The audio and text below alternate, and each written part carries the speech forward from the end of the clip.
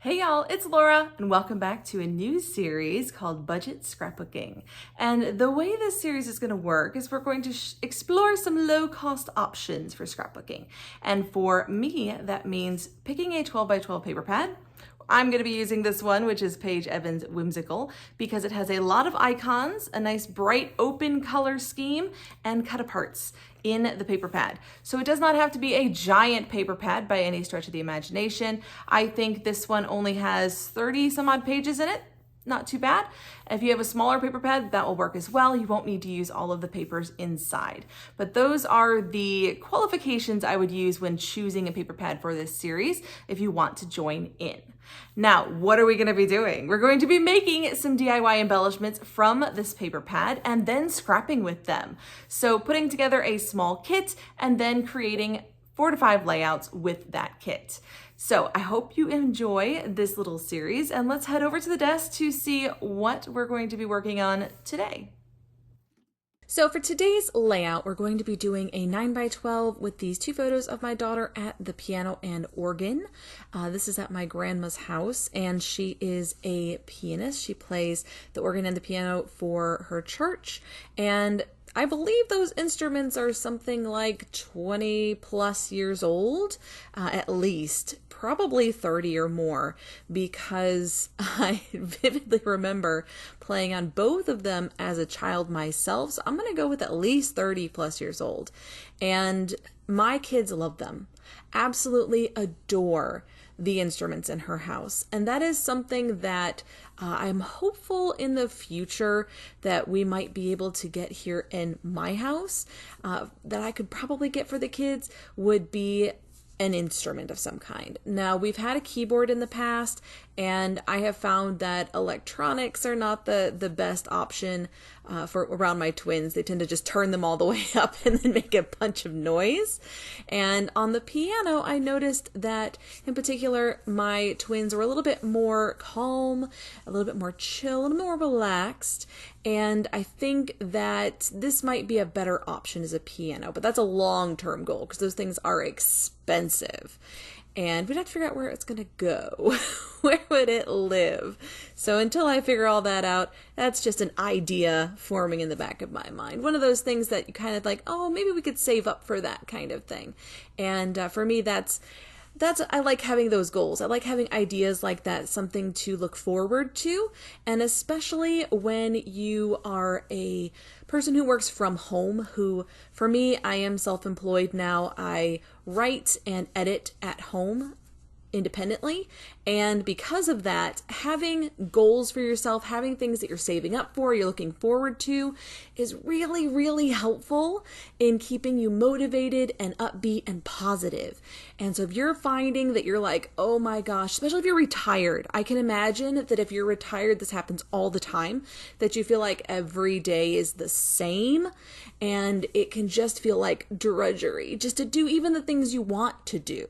And I completely get that. I was a stay-at-home mom for a very long time, up until last year, actually. I was a stay-at-home mom from 2008 until last year.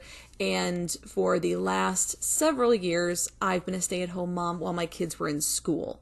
So I was able to run them to doctor's appointments. I was able to get grocery done, take care of the house, do all the things that I needed to do during the day while they were gone. And then when they were home, I was able to actually enjoy them, spend time with them, and really, connect with my kids. And that was a luxury that I do not take lightly, that I'm so thankful that I had the opportunity to do with my kids. But there were some days when I was a stay-at-home mom, particularly when my kids were at school, that it was like every day felt exactly the same, and I would have to set little goals for myself in order to stay motivated. And that is my tip for you if you're falling into some of that. Now for this layout, I wanted to do a simple vertical. This was one of the first ones that I did with this collection because I wanted to keep it really simple, and it does start simple, which often my layouts do. I'll have a very basic idea in my head. Okay, what background do I want to use? And then from there, I'll just start playing with the kit. I'll start pulling things out, trying things, experimenting a little bit, seeing what works, what doesn't. Now, all of these little tags were part of a cut apart from the paper pad that I'm using. And so getting all of them onto one page, I thought was kind of a fun idea. A big cluster of tags adds a little bit of depth to the background. So we've got that big strip, we've got two little strips alongside the big strips. You've already got two layers right there. Then you add the tags and it's a third layer, and your photos on top are a fourth layer. And that gives this such a 3D look, and it gives it such a pop off of that white background, when really it's a very, very simple layout. There's not a lot going on here that requires special techniques or anything like that, but it has a lot of dimension to it because you have so many layers of this beautiful pattern paper. I am obsessed with this collection and I'm having so much fun with it. I now understand why I bought so much of this collection.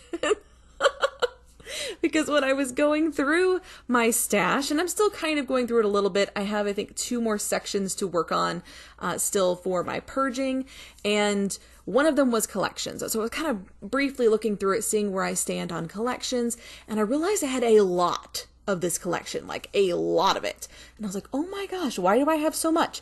And then I pulled out this paper pad and I was like, oh, we'll use this for that kit, that planned kit where I was going to take it all apart and use it as a kit. And that'll get the paper pad used up because I have a bunch of the papers as well. And when I was looking through it, as I've been playing with it, I'm like, I know why I have so much of this. I love this collection. It's stunning. It's so easy to use. And it's just right up my alley color-wise. And so that is exactly why I have so much. I understand myself when I really think about it. I'm not as complicated as I would like to think. Pretty much, if it's pretty, yeah, that's why I got a lot of it. It was pretty. It looked nice. I was pretty sure I could use it. That was excuse enough. So I tried a couple of things down here at the bottom to add a little bit more detail to these little word strips at the bottom. So at first I was going to use these tiny, tiny, tiny tags. And these were in the pattern paper that I cut up for the ephemera that I'm playing with right now, which is a bunch of craft supplies. And they had some little tags. Unfortunately, there were only 2. There was only 2 tags on that page apparently, because that's all I have left. Either that or I've used them on something else. I'm not sure. Very possible. But those 2 tags were all that was left. I really wanted 3, and so I end up pivoting just a little bit.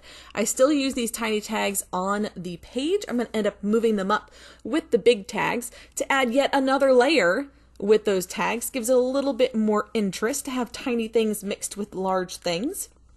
Then I'm going to come back with some florals, some little bitty florals, and I'm going to add those around the word phrases at the bottom. Now, this is one of the very rare layouts that does not have journaling on it. And the reason for that is because I have actually scrapbooked photos in her albums, because she's multiple albums, explaining what's going on here. This is literally just like the 3rd time that we've gone to my grandma's house, and she's immediately been drawn to the piano and organ. And she especially loves the organ because that one is loud. It is very loud. It shakes my grandma's house when they turn it up. But I love these photos so much, and I think that I need to do one for the family album, kind of showing a progression of my kids playing the piano and organ at grandma's house, because we only see her every so often. We've not been able to drive up to Michigan very often to see her, and so I have some great progression of the kids probably 10 years ago, and then 5 years ago, and then last year, or no, I guess it was 2 years ago now, and year and a half. November of 2022 is what these are from. And so showing that progression of my kids playing on her musical instruments, I think would be a really cool layout to do. I need to write that down. Because I want to do an album like that just has a lot of progressions and shows how my family and the kids have grown over time, and doing some similar things. Like I have some photos of my older kids doing something when they were younger that my younger kids do now. And I think that would be a really cool juxtaposition on a layout, and so I need to think about that and find some photos to match. I think that'd be really fun. Maybe we'll make that a series next year, this coming year. We'll see. We'll see if I can get enough to pull together a series. That could be fun.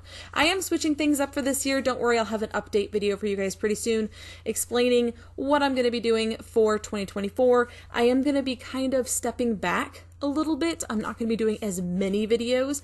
I'm going to be aiming for 4 a month. So you have like one every week, give or take.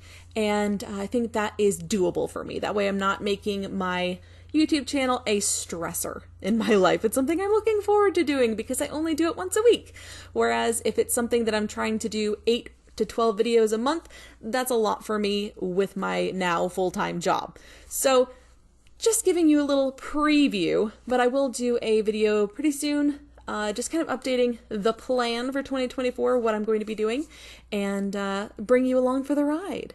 Now this is the layout. I think I mentioned in one of the earlier ones that I posted where I brought in some enamel shapes.